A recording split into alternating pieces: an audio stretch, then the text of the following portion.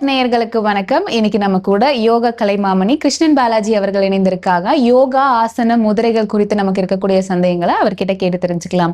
வணக்கம் சார். வணக்கம். எப்படி இருக்கீங்க? நல்லா இருக்கிறேன். ஓகே. ஸோ இன்றைய நிகழ்ச்சியில இந்த உடல் எடை குறைக்கிறது அப்படிங்கிறது பல பேருக்கு ரொம்ப டாஸ்கான ஒரு விஷயமா இருக்கு.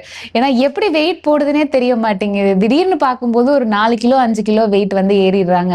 ஸோ இந்த உடல் எடையை குறைக்கிறதுக்கு இல்லை இந்த ஒரே எடையை நம்ம மெயின்டைன் பண்றதுக்கு முதிரைகள் எவ்வளவு தூரம் உதவியா இருக்கும், அதை பத்தி சொல்லுங்க சார். நிச்சயமாக. பொதுவாகவே முதிரைகள் மனிதனுடைய பண்புகளை மாற்றக்கூடியது. இப்போ இந்த உடல் எடை எதனாலலாம் கூடுது அப்படிங்கிறத நம்ம யோசிச்சு பார்ப்போம். சில பேர் பார்த்தீங்கன்னா பகலில் ரொம்ப நேரம் தூங்குவாங்க.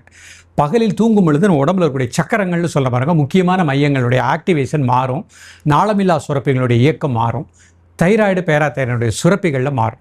பொதுவாகவே தைராய்டு குறைவாக சுரந்தால் உடல் பருமனாவாங்க, தைராய்டு அதிகமாக சுரந்தால் உடல் லீன் ஆகிட்டே போவாங்க. இப்போ பகலில் தூங்கக்கூடிய பழக்கம் உள்ளவங்களுக்கு தைராய்டினுடைய சுரப்பியில் மாற்றம் ஏற்படுது. அப்போ பகலில் தூங்குவதை முடிந்த அளவு அவாய்ட் பண்ணிடணும்.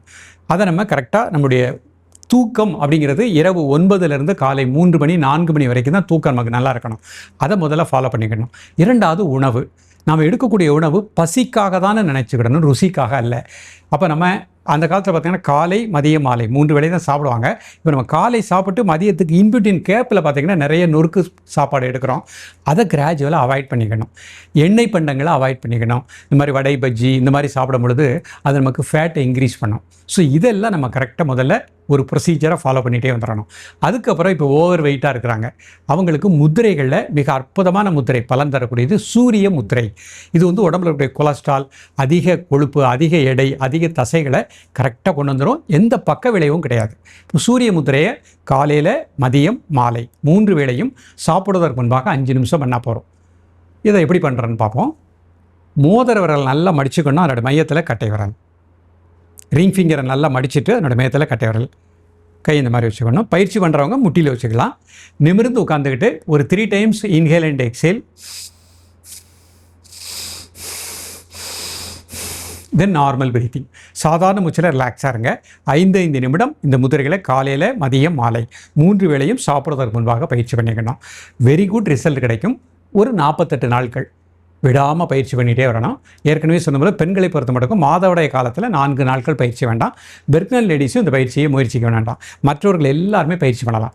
இதை ப்ராக்டிஸ் பண்ணாங்கன்னா நிச்சயமாக வித்தவுட் சைடு எஃபெக்ட் இல்லாமலேயே நமக்கு வெரி குட் ரிசல்ட் கிடைக்கும். இன்றைக்கி நிறைய நபர்கள் பார்த்திங்கன்னா மாத்திரை சாப்பிட்றாங்க, உடனே எனக்கு குயிக்காக ஒரே மாதத்தில் 5 கிலோ குறைஞ்சிடணும் அப்படின்னு.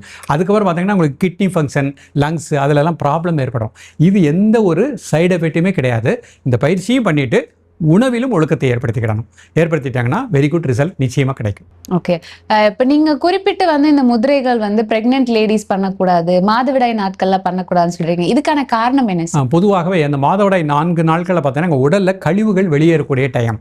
அந்த நேரத்தில் நம்ம பஞ்சபூதத்துக்கு நாமளே போய் செயற்கையாக ஒரு ப்ரெஷரைஸ் கொடுக்கக்கூடாது. அப்போ அந்த 4 டேஸ் அவங்க உடம்புல இருக்கக்கூடிய கழிவுகள் எல்லாம் வெளியே போய் மீண்டும் உங்கள் உடலில் நாளமில்லா சுரப்பிகள் சரியாக இயங்கும் பொழுது இந்த பயிற்சி பண்ணாங்கன்னா வெரி குட் ரிசல்ட் கிடைக்கும்.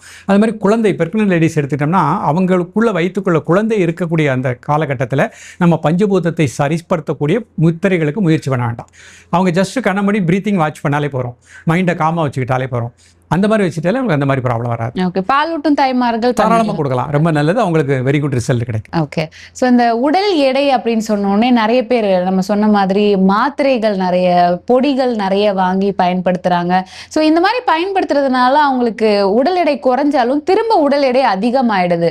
ஸோ இந்த உடல் எடையை ஒரே வெயிட்ல நாங்கள் மெயின்டைன் பண்ணணும், அதற்கு ஏதாவது முதிரைகள், வழிமுறைகள்? நிச்சயமாக. இப்போ நம்ம பண்ண யாருக்குமே சூரிய முதிரை பண்ணோம்.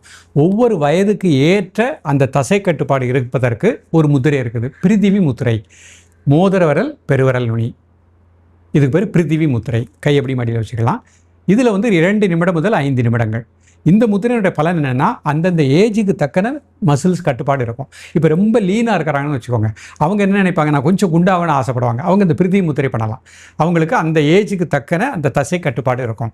அப்போ பொதுவாகவே ஃபேட்டாக உள்ளவங்களும் சூரிய முத்திரையும் பண்ணிக்கலாம், பிரிதிவி முத்திரையும் பண்ணிக்கலாம். பண்ண உடம்புல இருக்கக்கூடிய கழிவுகள், கொலஸ்ட்ரால் எல்லாம் ரிலீஸ் பண்ணிடும் சூரிய முத்திரை. இந்த பிரிதிவி முத்திரை பண்ணும் பொழுது அந்த வயதுக்கு ஏற்ற மசில்ஸ் இருக்கும். இதை இடைவிடாமல் பண்ணணும், அவ்வளோதான். நம்ம மாத்திரை சாப்பிட்டா அதுக்கு சைடு எஃபெக்ட் உண்டு, முத்திரைக்கு எந்த பக்க விளைவும் கிடையாது. அப்போ நம்ம டெய்லி ஜஸ்ட் ஒரு 2 to 5 மினிட்ஸ் நேரம் கிடைக்கும் பொழுது அழகாக பண்ணிக்கலாம். பண்ணிட்டாங்களே நல்ல ரிசல்ட் கிடைக்கும். ஓகே. இன்னும் ஒரு சில ஆட்கள் இருப்பாங்க. அவங்களுக்கு உடம்பெல்லாம் நார்மலா தான் இருக்கும். இந்த தொப்பை மட்டும் எங்களுக்கு இருக்கு. இந்த தொப்பை மட்டும் குறைக்கிறதுக்கு ஏதாவது முத்திரைகள் இருக்கா அப்படின்னு கேட்பாங்க. அதற்கான நிச்சயமாக தொப்பையை குறைப்பதற்கும் சூரிய முத்திரை தான்.